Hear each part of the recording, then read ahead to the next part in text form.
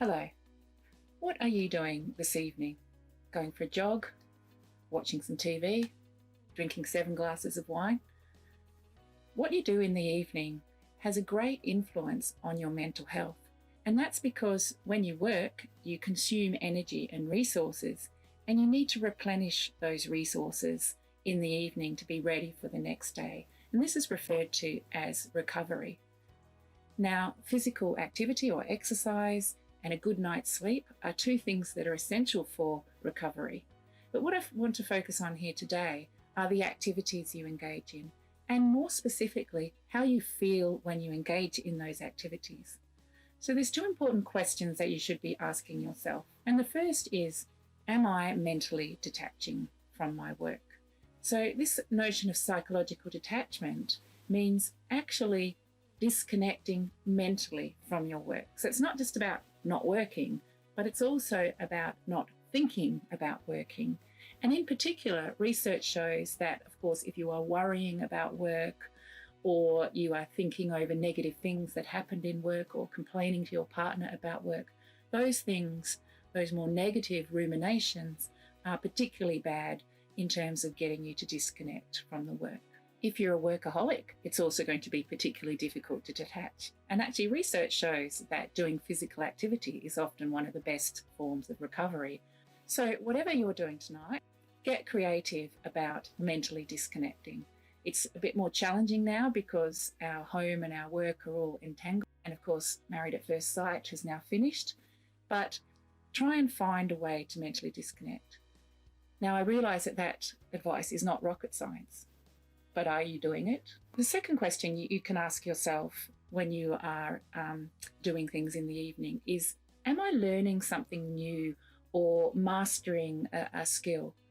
Research shows that this is actually a very powerful way of detaching. And personally, I've found that swimming has been a great way for me to disconnect from work. And it's not so much the swimming, it's the fact that I'm trying to become a better swimmer. And so I'm constantly thinking about where my hand is and how I'm rotating my body and so on. And that sort of focus on learning actually means I'm not thinking about work.